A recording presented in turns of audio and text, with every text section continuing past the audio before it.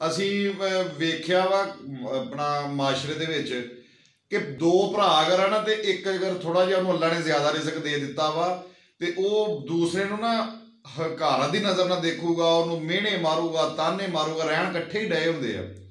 इस तरह की एक मैं तुहानूं दास्तान सुणाना कि दो भरा सी, वो आपस इक्को घर दे विच इकट्ठे रहिंदे सी। एक ने जिहड़ा अल्लाह ने बांह फड़ लई, उहनूं नौकरी चंगी लभ गई या चंगा कारोबार हो गया, वो होण दी वजह दे नाल ना वो अमीर हो गया, तो एक जिहड़ा गरीब ही रह गया। हुण जिहड़ा अमीर सी ना गरीब नूं बड़े ताने मारिया करे, ओ तू भी कोई काम कर ला, तू इत्थे देख मैं किन्ना कुछ कमाउणा, तू कुछ भी नहीं, तू लै आउणा 100-200 या जिद्दां भी आ। ਉਹ ਨਾ एक दिन बहुत ज़्यादा और तो अक्या, अक के ना उन्हें फैसला कर लिया, अल्लाह अगे उन्हें इल्तजा की कि या अल्लाह मैनू तो मारदा वा ताने मेने, तो मेरी तो जिंदगी कोई नहीं की, मैं रहना ही नहीं इत्थे, लिहाजा घरों ही निकल गया। तो मेरा एक पैगाम आ कि अल्लाह की जात जो किसी को रिजक देंदी आ, कदी ना सोचा करो कि मैं बड़ा अमीर हो गया वा, मैं को बड़ा वा फलाना मेरा भरा या रिश्तेदार माड़ा वा, उन्होंने हकार दी नज़र ना देखना। रिजक अल्लाह के हथ च, वो किसी भी टाइम चाहे तो पासा पलट देवे। वो हुण बाहर निकलिया, जिस टाइम तुरिया जाता वा तो रस्ते दे विच ना एक बंदा वा, वो अपनी उहदे घर मिस्त्री लगे आ, वो एक कंध बनाउण डिया वा, ते दूसरी जिहड़ी कंध डिग्गी आ। हुण जिस टाइम उत्थों जिहदे गुजर होया, उत्थे मिस्त्री लगे सी, पानी का कूलर पिया सी, पानी पीण लगा, तो वो जिहड़ा मालक सी ना उत्थे जिहड़ा कंध बनवाउण डिया सी, उहनूं कहंदा भी पुत्तरा किधर चला वा। उहने कहा यार मैं ना अपना को गुर लभण चला वा, किसी को ना जिहड़ा अमीर होण दे या मेरी भी कोई जिंदगी दे विच मेरी चेंज आवे, मैं को ना निकल चला वा, गुर लभण लगा वा, तो किते ना कितों लभेगा ही ना, मैं इस तलाश च कि मैनूं कोई गुर लभण, और अल्लाह देगा इंशाअल्लाह ताला। वो कहता यार जे तेनों कोई चंगा बंदा लभ गया या कितों गुर लभे, तो उतों मेरे वास्ते भी एक सवाल आ पुछ के आवी कि मैं एक साइड की कंध बनाउणा वा, तो दूसरी साइड की कंध डिग पैंदी आ, वो बनाउणा वा दूसरी, मैं बड़े बड़े सीमेंट भी लाए, हर चीज़ कीती आ, लेकिन जो एक कंध तैयार हुई दूजी डिग पैंदी है। इहदी वजह उतों गुर जिथों लभना, जो कोई सियाणा बंदा टक्करिया तो उहदे अगे मेरा भी मसला रखी यार इदां ही तां क्यों हुंदी है।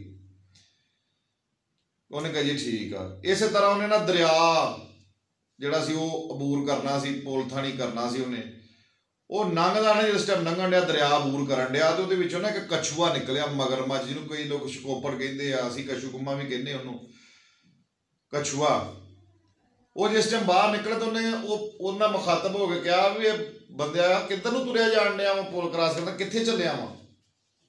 उन्हें कहा मैं ना कोई गुर लभण चला वा, मैं बड़ा परेशान से, मैं कोई गुर लभना वा कि जिहदी वजह नाल मैं सैट हो जावां, और इंशाअल्लाह अल्लाह की जात पाक मैनूं देगी। कहता कितों ने कहा किते ना किते तो रब देगा ही ना।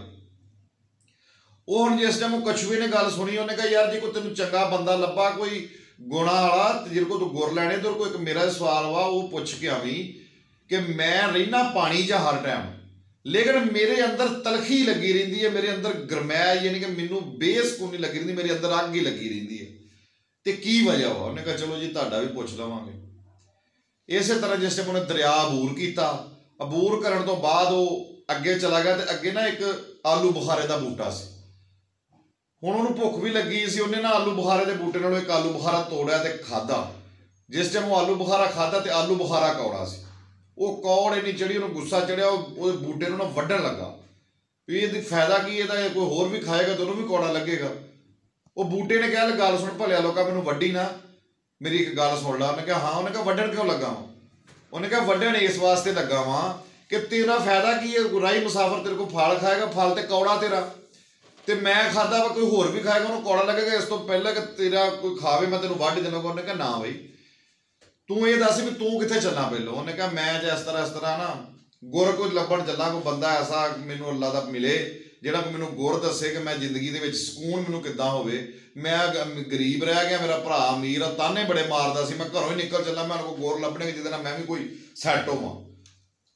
उन्हें कहा अच्छा जी कोई तेनों गुणिया बंदा लभ्या ना, तो मेरे वाला सवाल भी उहदे अगे डावी कि इस तरह आलू बुखारे का बूटा वा, बड़ा परेशान है कि उन्होंने फल जिहड़ा भी लगता वा वो फल कौड़ा हुंदा वा, तो तू मैनूं जरूरी वड्ढना वा। उन्हें कहा चलो जी ठीक है। वो हुण इस तरह तुरा तुरा जाता, जिस टाइम ना एक अगे जंगल अजाड़ बिया बाण आया, उत्थे एक ना झोंपड़ी नज़र आई उन्होंने। ਉਹਨੇ ਕਿਹਾ ਵੀ ਥੱਕ ਟੁੱਟ ਗਏ ਆ ਤੇ ਚਲੋ ਕੁਛ ਝੌਂਪੜੀ ਦੇ ਵਿੱਚ ਕੁਛ ਦੇਰ ਆਰਾਮ ਕਰਦਾ ਵਾਂ। ਉਹ ਜਿਸ ਟਾਈਮ ਅੰਦਰ ਗਿਆ ਨਾ ਤੇ ਅੰਦਰ ਕੀ ਵੇਖਦਾ ਕਿ ਉੱਥੇ ਇੱਕ ਬੰਦਾ ਸੁੱਤਾ ਵਾ, ਔਰ ਉਹ ਬੰਦਾ ਸੀਗਾ 12 ਸਾਲ ਸੌਂਦਾ ਸੀ ਤੇ 12 ਸਾਲ ਜਾਗਦਾ ਸੀ। ਉਹ ਜਿਸ ਟਾਈਮ ਉਹ ਗਿਆ ਉਦੋਂ ਸੁੱਤਾ ਸੀ। ਉਹ ਵੇਖਿਆ ਜਿਸ ਟਾਈਮ ਸੁੱਤਾ ਵਾ ਉਹ ਵੀ ਬਹਿ ਗਿਆ ਆਪਣਾ ਸਾਹ ਫੜੋ, ਉਹਨੇ ਦਿਨ ਉਹ ਬੰਦਾ ਉੱਠ ਪਿਆ। ਉਹਨੇ ਕਿਹਾ ਹਾਂ ਵੀ ਤੂੰ ਕਿੱਧਰ? ਮੈਂ ਇੰਨੀ ਦੇਰ ਇੱਥੇ ਸੌਣਾ ਸੀਗਾ, ਮੈਂ 12 ਸਾਲ ਜਾਗਦਾ, 12 ਸਾਲ ਸੌਣਾ, ਮੇਰਾ ਇੱਕ ਆਪਣਾ ਨਿਯਾਮ ਆ, ਤੇ ਤੂੰ ਮੇਰੀ ਝੋਪੜੀ ਦੇ ਅੰਦਰ ਆ ਗਿਆ ਵਾਂ, ਤੂੰ ਕਿੱਧਰ ਤੁਰਿਆ ਫਿਰਦਾ? ਉਹਨੇ ਕਿਹਾ ਜੀ ਮੈਂ ਬੜਾ ਦੁਖੀ ਇਨਸਾਨ ਆ, ਮੈਂ ਇਸ ਤਰ੍ਹਾਂ ਹਾਲਾਤ ਦਾ ਸਤਾਇਆ ਹੋਇਆ ਤੇ ਹਾਲਾਤ ਤੋਂ ਮਜਬੂਰ ਹੋ ਕੇ ਮੈਂ ਘਰੋਂ ਨਿਕਲਿਆ ਵਾਂ। ਉਹਨੇ ਸਾਰਾ ਆਪਣਾ ਮਾਜਰਾ ਦੱਸਿਆ। ਦੱਸਣ ਤੋਂ ਬਾਅਦ ਉਹਨੇ ਕਿਹਾ ਜੀ ਮੈਂ ਇਸ ਵਾਸਤੇ ਆਇਆ ਕਿ ਮੇਰੇ ਵੀ ਕੋਈ ਹਾਲਾਤ ਬਦਲਣ, ਮੇਰੇ ਤੇ ਕੋਈ ਚੰਗਾ ਵਕਤ ਆਵੇ। ਉਹਨੇ ਕਿਹਾ ਐਸੇ ਝੌਂਪੜੀ ਤੋਂ ਵਾਪਸ ਮੁੜ ਜਾ, ਅੱਜ ਤੋਂ ਬਾਅਦ ਤੇਰੇ ਤੇ ਵਕਤ ਚੰਗਾ ਹੀ ਆ। ਉਹਨੇ ਕਿਹਾ ਜੀ ਚਲੋ ਮਿਹਰਬਾਨੀ। ਉਹਨੇ ਕਿਹਾ ਜਿਹੜੀ ਚੀਜ਼ ਨੂੰ ਹੱਥ ਪਾਏਗਾ ਸੋਨਾ ਹੁੰਦੀ ਜਾਏਗੀ, ਅੱਲਾ ਤੇਰੇ ਤੇ ਮਿਹਰਬਾਨੀ ਕਰੇਗਾ। ਉਹਨੇ ਕਿਹਾ ਜੀ ਠੀਕ ਆ, ਪਰ ਹੁਣ ਤੁਸੀਂ ਮੈਨੂੰ ਇਹ ਦੱਸ ਦਿੱਤਾ ਵਾ, ਤੁਸੀਂ ਇੱਥੇ ਜਾੜ 'ਚ ਬੈਠੇ ਹੋ, ਤੁਹਾਡਾ ਚਿਹਰਾ ਵੀ ਨਰਾਨੀ ਆ, ਤੁਹਾਡੀ ਗੱਲਾਂ ਮੈਨੂੰ ਚੰਗੀਆਂ ਲੱਗੀਆਂ, ਤੁਸੀਂ ਮੈਨੂੰ ਗੁਰ ਦੀਆਂ ਗੱਲਾਂ ਦੱਸੀਆਂ, ਗੁਰ ਲੱਭ ਗਿਆ ਤੁਹਾਡੇ ਕੋਲੋਂ, ਪਰ ਰਾਜ ਵੀ ਕੋਈ 2-3 ਬੰਦਿਆਂ ਦੇ ਮੇਰੇ ਕੋਲ ਪੈਗਾਮ ਆ, ਉਹਨਾਂ ਨੇ ਵੀ ਮੇਰੇ ਸਿਰ ਕੋਈ ਜ਼ਿੰਮੇਵਾਰੀ ਕੰਮ ਲਾਇਆ ਵਾ, ਉਹਨਾਂ ਨੇ ਮੈਨੂੰ ਫਿਰ ਵਾਪਸੀ ਤੇ ਟੱਕਰਨਾ। ਉਹਨੇ ਕਿਹਾ ਹਾਂ। ਉਹਨੇ ਕਿਹਾ ਜੀ ਉਹਨਾਂ ਫਿਰ 3 ਚੀਜ਼ਾਂ ਦਾ ਨਾ ਸਵਾਲ ਦੱਸਿਆ, ਆਲੂ ਬੁਖਾਰੇ ਦੇ ਬੂਟੇ ਦਾ ਵੀ, ਕਛੂਏ ਦਾ ਵੀ, ਅੱਗੋਂ ਜਿਸ ਬੰਦੇ ਦੀ ਦੀਵਾਰ ਡਿੱਗਦੀ ਸੀ ਉਹਦਾ ਵੀ।